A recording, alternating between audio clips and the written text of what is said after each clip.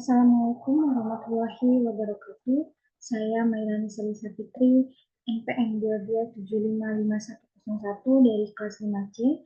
Di sini saya akan menjelaskan mengenai mata kuliah akuntansi sektor publik pertemuan 4, yaitu tentang akuntansi belanja, beban dan persediaan.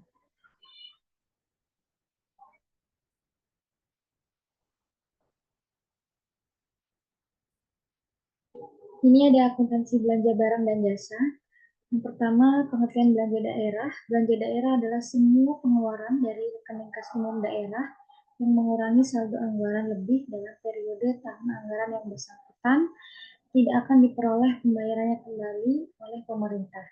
Menurut Peraturan Pemerintah Nomor 71 Tahun 2010. Untuk pengertian belanja, belanja adalah kewajiban pemerintah daerah yang diakui sebagai pengurang nilai kekayaan bersih. Selanjutnya ada klasifikasi belanja. Menurut Permendagri Nomor 64 Tahun 2013, belanja dikelompokkan sebagai belanja operasi, belanja modal, dan belanja tak terduga. Ini ada 3 klasifikasi belanja. Yang pertama ada belanja operasi. Belanja operasi meliputi belanja pegawai, belanja barang, bunga, subsidi, dan hibah. Kemudian untuk klasifikasi selanjutnya ada belanja modal. Belanja modal meliputi belanja tanah, belanja peralatan dan mesin, belanja gedung dan bangunan, belanja irigasi, jalan dan jaringan, serta belanja aset tetap lainnya. Dan klasifikasi belanja yang terakhir ada belanja tak terduga. Nah, selanjutnya ini ada pengakuan dan pengukuran belanja. Jadi belanja diakui pada saat terjadinya pengeluaran dari rekening kas umum daerah. Pengeluaran melalui bendahara pengeluaran, pengakuan belanjanya terjadi pada saat pertanggungjawaban atas pengeluaran yang disahkan oleh unit yang mempunyai fungsi perbendaharaan. Kemudian koreksi atas penerimaan kembali belanja yang terjadi pada periode dicatat sebagai pengurang belanja. Apabila diterima pada periode berikutnya, koreksi belanja dicatat sebagai pendapatan lain-lain untuk laporan realisasi anggarannya. Nah, ini selanjutnya ada pencatatan belanja barang dan jasa. Jurnal atas belanja dibuat dalam kaitannya pemerintah daerah sebagai entitas akuntansi. Pencatatannya digunakan double entry yang akan menghasilkan laporan realisasi anggaran. Berikut ini ada contoh belanja di buku jurnal. Tabelnya seperti biasa ya, jadi ada tanggal, kode akun, nama akun, debit dan kredit. Yang beda hanya nama akunnya saja. Untuk belanja, jurnalnya itu belanja apa, belanja misalnya belanja apa bebas, ditulisnya misalnya belanja keperluan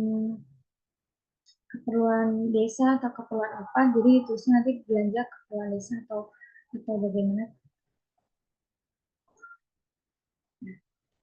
Belanja, nama akunnya belanja pada estimasi perubahan sal. Jadi belanja akan dilaporkan dalam laporan realisasi anggaran setelah akun pendapatan. Selanjutnya ada akuntansi beban. Definisi akuntansi beban. Beban adalah penurunan manfaat ekonomi dalam periode pelaporan yang menurunkan ekuitas, dapat berupa pengeluaran atau konsumsi aset yang timbulnya kewajiban. Menurut Peraturan Pemerintah Nomor 71 Tahun 2010.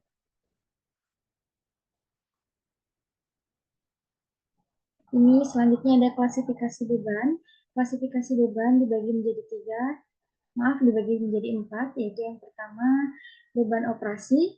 Beban operasi meliputi beban pegawai, beban barang, beban bunga, beban subsidi, beban hibah, beban penyisian piutang, dan beban amortisasi atau beban penyusutan aset tetap.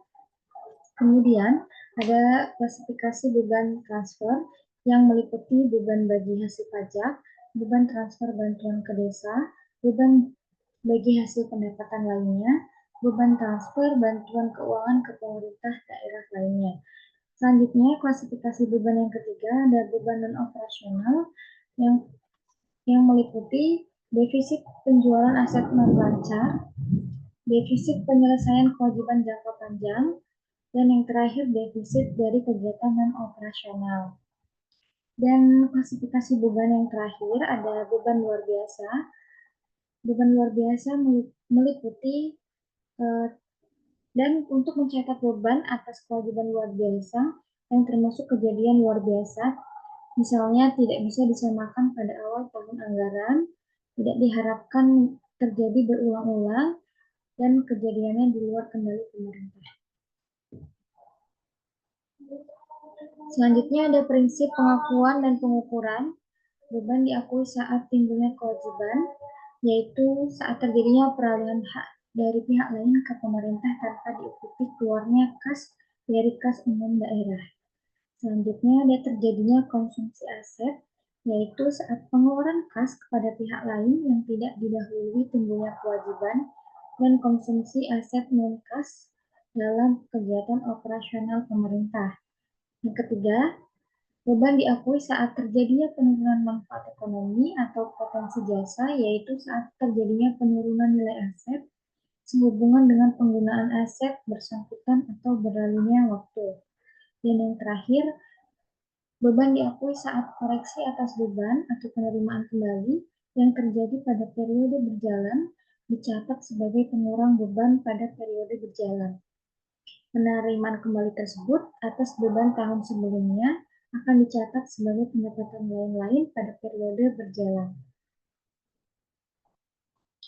Untuk pencatatan beban sendiri, jurnal atas beban dibuat dalam kaitannya pemerintah daerah sebagai entitas keuangan.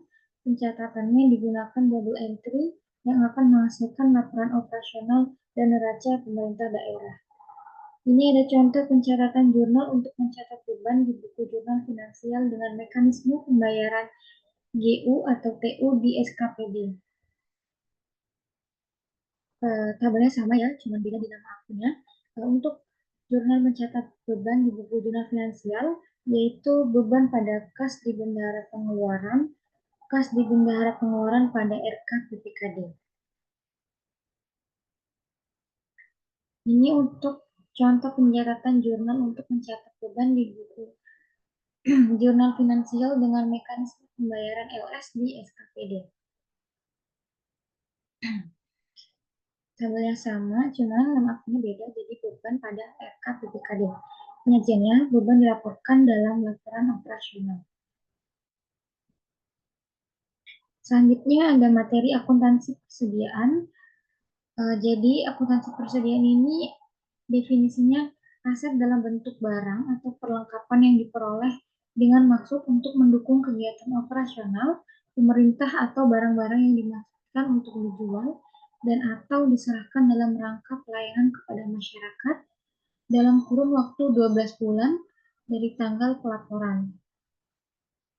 Contoh persediaan ada 4, misalnya persediaan ATK, persediaan bibit, persediaan pupuk, dan persediaan bahan bangunan. Selanjutnya ada prinsip pengakuan dan pengukuran. Ada 5 prinsip pengakuan dan pengukuran untuk akuntansi persediaan. Yang pertama, ada persediaan dinilai dengan perhitungan fishing pada akhir periode. Kedua, persediaan yang berasal dari pembelian, maka dinilai berdasarkan biaya perolehan. Ketiga, persediaan yang diperoleh dengan memproduksi sendiri, maka dinilai berdasarkan biaya standar. Keempat, persediaan yang diperoleh dengan cara lain seperti hibah. Dan yang terakhir, saldo akhir persediaan tersebut dihitung berdasarkan harga pembelian terakhir. Ini untuk pencatatan persediaan.